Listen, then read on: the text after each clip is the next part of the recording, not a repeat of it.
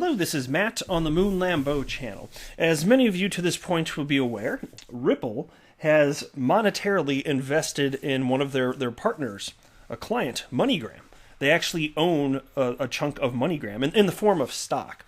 And to be clear, like people brought up, the idea is this some sort of conflict of interest because they own part of MONEYGRAM, which is competing with their other customers, and so the is a fair thing to bring up. Like, is Ripple engaging in like what is effectively a serious conflict of interest? And my position always was no, because they don't have any decision making power whatsoever within the company.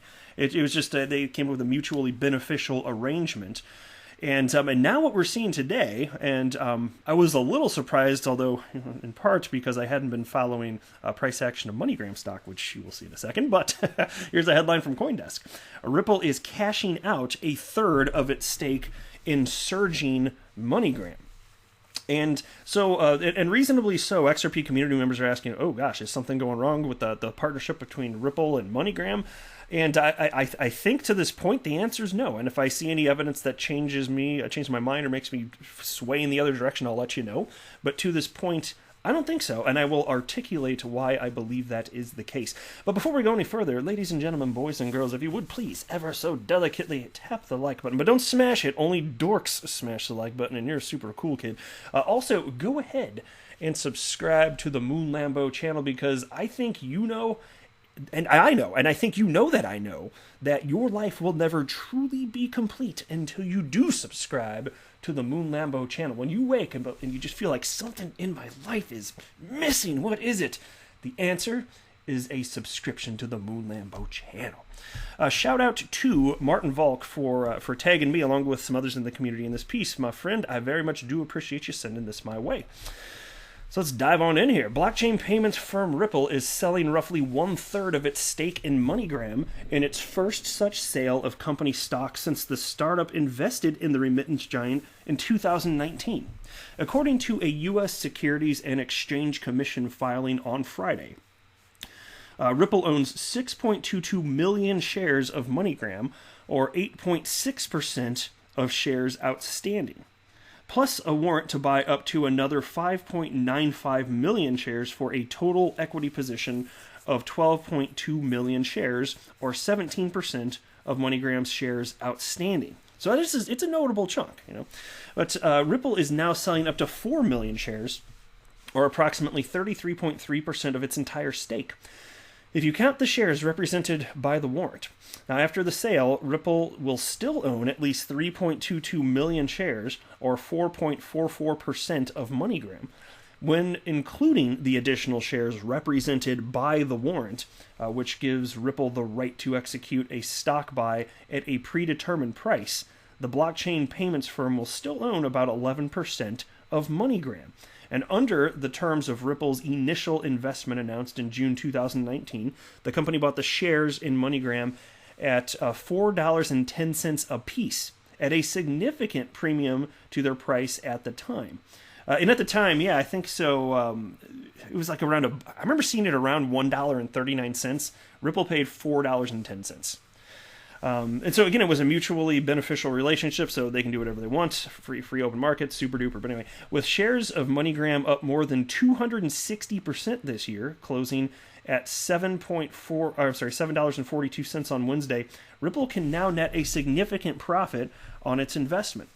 And so there you go. I think what happened, I got a quote for you I'm about to read here, but it looks to me like it was just a financially responsible thing to do, and they wanted to adjust their, well, you call it risk exposure, I guess, but I mean, obviously they still, as far as we know, all of the confidence in the world in MONEYGRAM, but it's just an opportunity to get back some of your investment. And, people do this. You probably do some of this in your own daily life if you've never sold any crypto. I don't know. I'm just saying. But here's a quote. Ripple is a proud partner in MONEYGRAM's digital growth transformation. This is purely a judicious financial decision to realize some gains on Ripple's MGI, so that's MONEYGRAM, MGI investment, and is in no way a reflection of the current state of our relationship, a Ripple spokesperson told CoinDesk. The sales are still in process, according to the spokesperson, who didn't respond to an emailed question asking what the company intends to do with the proceeds from the stake sale. And Ripple completed the purchase of a $50 million equity stake in MoneyGram in November 2019. And so you can see in this thread here on Twitter that Martin Volk started, where I was tagged, I'm going to share with you some of the comments. And I think, again, it's perfectly reasonable to ask this. Jerry V. Hall wrote, "Pretty smart. Think about it long term. Their tech actually makes MoneyGram and every other middleman worthless." Muscle Geek wrote, "True. Proof of concept is proven with MoneyGram, but long term they will replace the need for companies like MoneyGram." So look, if you're talking about middlemen going the way, like just remittance companies in general, that would be something that would be way down the road, and that would be basically that's the argument for Bitcoin. That's a peer-to-peer cash system where you no longer need middlemen of any kind. The reality of the situation is that it's not easy to onboard people to utilize crypto. And so with it being used behind the scenes, it's still functionally very useful. But you don't have to have retail investors open up Bitcoin, learn how to use it. It's not user-friendly, and just that whole rigmarole, you can completely sidestep it.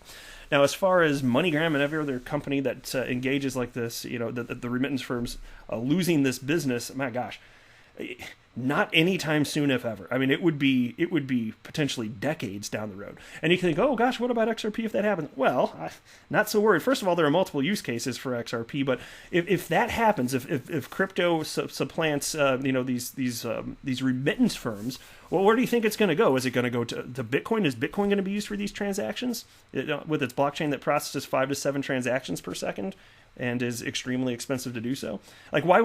Look, if XRP builds out this use case over a span of decades, well, at that point, it's a standard for that use case. And even if the remittance firms start to go the way of the dodo, my favorite extinct avian creature, even if, well, why wouldn't XRP then be used for that use case? Because XRP is just a better version of Bitcoin, effectively. Like when the developers Arthur Brito, David Schwartz, and Jed McCaleb set out to create XRP, they didn't even know what they were going to use it for. They just wanted to create a better version of Bitcoin. So if it can scale, and right now even on chain you're talking about 1,500 transactions per second, fractions of a penny per transaction. Why wouldn't it just be XRP then? So like, so as far as this whole thing, but that's so far down the road. That's just not something that I worry about. It's fun to think through and talk about. So yeah, I mean, remittance companies could have trouble. My gosh, that's a maybe. And even if so, way, way, way down the road. We're nowhere near that. I think that even if that happens, XRP will have become the standard way before. So I'm not worried. I'm just telling you, like, my humble opinion. Am I worried about this? No, I personally am not worried about this in the least. And then here's a tweet from Philip Claridge, who wrote, "That doesn't sound good. Your view." To which Martin Velk responded, "Buy low, sell high? ? Taking profits before the stock market as a whole dips down, just a guess."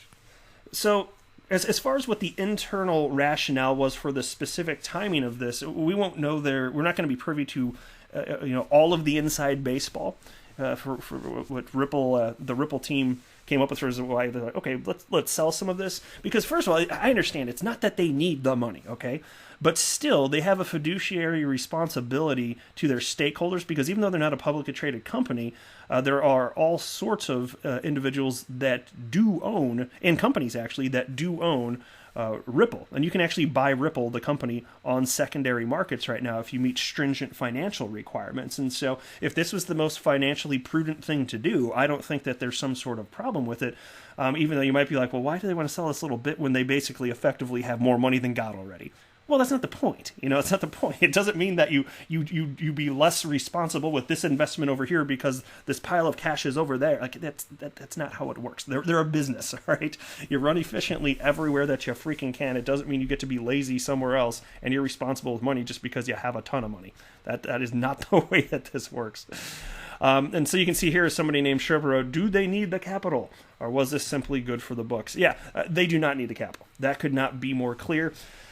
Think about even just their XRP holdings. But, I mean, it's been a while since they talked about the amount of cash on their balance sheet. But I remember it was at some point probably within the last year and a half. And I just, you can Google this. I just remember this. There was an article about it where they had somewhere in the neighborhood of like $300 million in the United States dollars on their balance sheet. And so, no, I think they're fine. I don't think they burnt through that in like a year or however long it's been since then. So yeah, it's probably just good for the books. It was financially responsible, and that's where it all came from. And again, here you go. MoneyGram stock price $7.42.